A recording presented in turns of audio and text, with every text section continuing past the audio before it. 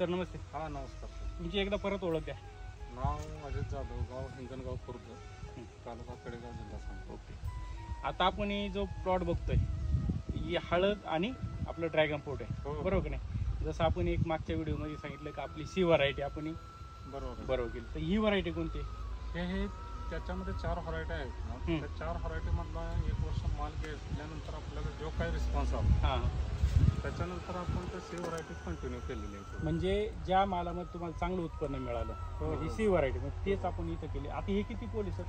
हे 464 पोल. बरं. आता हे किती दिवसाचे? हे आता फेब्रुवारी पासून सर जवळ आहे 10 महिने झाले असतील इकडे. आता खालून जर बघितलं तर किती महिन्याचा झाली म्हणे? हे समजा 9 महिने ते 10 महिने झाले. 9 महिन्याचे ते 10 महिन्याचे रोप आहे. मुळे बघायत इकडं खालून मुळी जर बघितली बघाय मुळे त्या मुळीची ग्रोथ बघायची बघाय अगदी म्हणजे आपण म्हणतो ना 10 महिन्यामध्ये लोकांची रोपं खाली खेळतात मातीला. हो. आज आपले पोल क्रॉस करून माझ्या मते 20 ते 30 फूट निघालेले. हो. म्हणजे प्लस 20-30 फुटाचे बरोबर. प्लस आहे. याच्यावरती माल मी काढून टाकलेला आहे ना, तो माल जर घेतला असता किमान 3-3.5 लाखाचा माल घेतला. म्हणजे याच्यावरती तुम्ही माल जो आला तो काढून टाकलेला, तो पकडलाच नाही. म्हणजे या वर्षी तुम्हाला याच्यावरती माल पकडता नव्हता म्हणून पकडला. आता सगळ्यात महत्वाचं दुसरं पीक तुम्ही याच्यामध्ये केलेले आंतरपीक हळद केलेलं. तर याला आपली सॉइल बुस्टर टेक्नॉलॉजी 100% वापरताय तुम्ही गेल्या वर्षी? वापरतो. तर काय काय केलेलं एक हळदीचे जे आपले शेतकरी असते हळद उत्पादक त्यांना एक थोडंसं मार्गदर्शन करा. आता आम्ही केलेलं आहे इंटरक्रॉप हळद केलेली आहे. मग इंटरक्रॉप हळद असल्यामुळे थोडंसं आम्हाला याच्यामध्ये लिमिटेशन येतं. बरोबर. तर ड्रॅगनमध्ये हळद हे माडी हळद करणं इंटरक्रॉप करणं बरोबर ह्याच्यामध्ये बराच डिफरन्स आहे. खरे. ज्यावेळेला माडी हळद करतो आपण त्यावेळेला त्याचं जे प्रोडक्शन आहे ते इंटरक्रॉपमध्ये येऊ शकत नाही. पण यामध्ये तुमचे 2च सरी म्हणजे एक पूर्ण सरी तिकडून अर्धी सरी निघून अर्धी सरी अशी 2च सरी बरोबर. पण आज जर इकडे बघा खाली खोड बघा हळदीचं. एक मिनिट. खालून हळदीचं खोड जर बघितलं तर अगदी मुठीत बसेल असं बरोबर नाही? म्हणजे आता याला बेसल डोस करताना कसं केलेलं आहे? याला बेसल डोस करताना आपलं कृषीधन ग्रीन बोर्डिंग कृषीधन आहे ते पहिल्यांदा बेडवरती असं टाकून घेतलं. बरं. टाकून घेऊन ते मातीमध्ये थोडंसं मिसळून त्याच्यावरतीच लागण केली. सेम त्याच्या 10 दिवसानंतर आपण जे जे सोडतो कंटिन्यू आपल्या शेड्यूल प्रमाणे जे आपलं शेड्यूल आहे त्याप्रमाणे. आता हळदीचा अनुभव किती याचा आहे? हळद आमच्या फार वडिलांच्या पासून त्यामुळे हळदीच्या बाबतीत आम्ही कोणाच आणि साधारण किती येईल निघतं हळदीत? मॅक्झिमम त्याला 70-80 किलोपर्यंत जाते. हायेस्ट जर जमीन चांगली असेल तर मॅक्झिमम 1 क्विंटल पर्यंत जाते. पण आपली जमीन तेवढी जमीन वाटत नाही एवढ्या. आणि सगळ्यात महत्वाचं इंटरक्रॉप आहे. अगदी पुढे जर बघितलं आता मेन तर पीक याच्यात तुमचं ड्रॅगन आहे बरोबर नाही? पण 1 वर्षभर तुम्हाला काही नाही करायचं म्हणून तुम्ही हळद केलेली जे आपलं पारंपरिक पीक आहे म्हणून. पण आज या हळदीचे जर पानं बघितले बघा अगदी माझ्या मते भिताच्या पुढे रुंद आहे बरोबर ना? माझी वीत नाही दिसत मागून. आणि साधारण 5 फुटीच्या उंचीचे. ज्यावेळेस आंतरपीक नव्हतं किंवा आंतरपीक करत नव्हता नुसते हळद करत होता त्यावेळेस असं होतं का?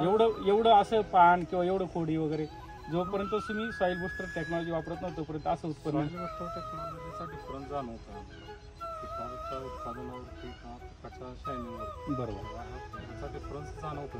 बरोबर. आता जर सगळी का बघितलं ची उंची ड्रॅगन फ्रूटची उंची एकसारखी बघा कुठेही कमी जास्त नाही. सगळ्यात महत्त्वाचं फक्त ड्रॅगन फ्रूटला फुटे बघा किती निघालेले. एक 10 महिन्याचे पोल झालेले आपले साधारण बरोबर. 10 महिन्याच्या मनाने कमी माझ्या होते 20 ते 25 फुट प्रत्येकाला आणि साधारण 1-1-1.5 फुटाच्या पुढले बरोबर. तर ह्या वर्षी तर तुमचं उत्पन्न याच्यावरती काही घेतलेलं नाही. परंतु ज्यावेळेस तुम्ही आता नेक्स्टला उत्पन्न घेणार तर काय अपेक्षित उत्पन्न तुम्हाला वाटतं? अपेक्षा तर खूप आहे त्याची.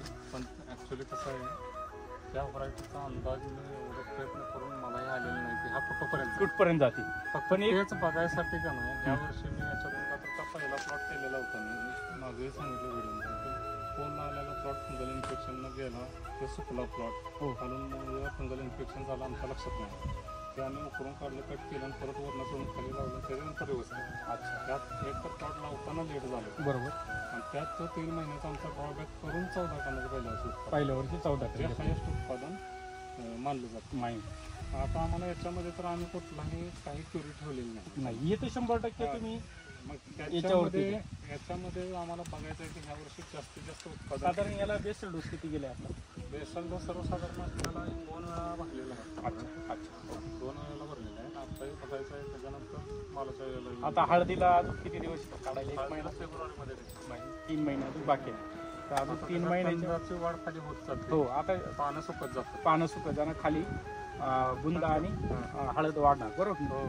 तर हे किती क्षेत्र आहे सर्व? हे क्षेत्र आहे ते अंदाजे 30 गुंठ आहे.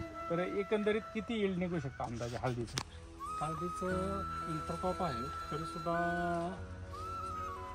30 गुंठ्यामध्ये एक 24 क्विंटल तर निघाय काय अडचण नाही. म्हणजे 24 जे क्विंटल रेग्युलर तर आपण निघेल. निघतोय तसं याच्यात तुमचं 30% क्षेत्र 70% क्षेत्र यूज आहे, 30% तर नाही आहे. नाही ते. म्हणजे 35 गुंठ्यामध्ये तुमचं 30% क्षेत्र नाही आहे. नाही. एक 25 ते 22 गुंठेच तुम्हाला क्षेत्र कामाला आहे. आणि इंटरक्रॉप असल्यामुळे कामाच्या ह्याला देतानाही मर्यादा पडते. मर्यादा पडते, बरोबर आहे. तेच की. कारण काम होत नाही, कारण दोन्ही पिकांमध्ये भर तेवढं लावता काम- येत नाही, हा काम होत नाही. दुसरी गोष्ट आता ज्याला वाढीला नायट्रोजन लागतं ते हळदीला देता येत. देता येत नाही, आता हळदीला दिला की ते पानावर वाढणार, खाली बरोबर. कंदाकडे खाली जाणार येत नाही. नाही आणि त्याला त्याला लागतो. चालत नाही. म्हणजे अशी विरुद्ध गोष्टी विरुद्ध आहेत. पिकं असून सुद्धा तुम्ही मॅनेज केलेलं आहे. हा, त्यामुळे तर सॉइल बुस्टर टेक्नॉलॉजीवर आता परिसरामध्ये आपली सांगली असेल किंवा महाराष्ट्र असेल तर शेतकऱ्यांना काय मार्गदर्शन करू शकतात? soil buster टेक्नॉलॉजी वापरतो. ते टेक्नॉलॉजी वापरली तर आपण दुसरी काही तर आणून घालतो. घालतो, बरोबर. मग त्याचा खर्च आणि याचा खर्च डिफरन्स मध्ये बघितला ना, तर खर्च घालून त्याचा त्रास आहे. अच्छा, म्हणजे खर्च करून त्रास आहे. त्रास आहे. त्याच्यापेक्षा विना त्रास राहायचा असेल तर याच्याकडे थोडा कमी जास्त खर्च जरी झाला, जास्त तर होतच नाही. बरोबर. प्रॉपर जे केमिकलला जायचं तोच खर्च इकडे जायचा. 100%. त्याच्या प्रोडक्शनवर बी बराच फरक. आणि माती आपली सुपीक होती सगळ्यात माती महत्त्वाचं. ते सर्वात महत्त्वाचा विषय. बरोबर. आणि आजपर्यंत माझ्यापैकी 2 वर्ष झाले सॉइल बुस्टर टेक्नॉलॉजीला एकही शेतकरी आजपर्यंत नाराज नाही. तुम्ही माझ्या मते दुसरं किंवा तिसरं पीक आपल्याबरोबर करताय. हो. तर रिझल्टमध्ये कसं वाटतं? दरवर्षी वाढ आहे का काय फरक पडतो? रिझल्टमध्ये वाढ आहे. रिझल्टमध्ये बराच डिफरन्स आहे. आणि जसं मागचं सुपीक होत जाईल तर तसं आपल्याला उत्पन्न पण वाढणार. बरोबर. तर एक महाराष्ट्रातील शेतकऱ्यांना पुन्हा एकदा नंबर द्या. आपण जसं ड्रॅगन फ्रूटचे तुमचे व्हिडिओ घेतलेले पहिल्यापासून हार्वेस्टिंगपर्यंत, तसंच हळदीच्या बाबतीत कोणाला लागले असेल किंवा पुन्हा एकदा लागणीपासून ज्यांना ड्रॅगन फ्रूटचा अनुभव माहिती पाहिजे असेल तर त्यांना जर तुमच्याशी डायरेक्ट कॉन्टॅक्ट करायचा असेल तर 100% तुम्ही त्यांना कॉन्टॅक्ट म्हणजे करण्यासाठी तुमचा नंबर द्यायचा. 95 034 29 765 आणि 99 23 35 37 63. ओके, धन्यवाद. नमस्कार.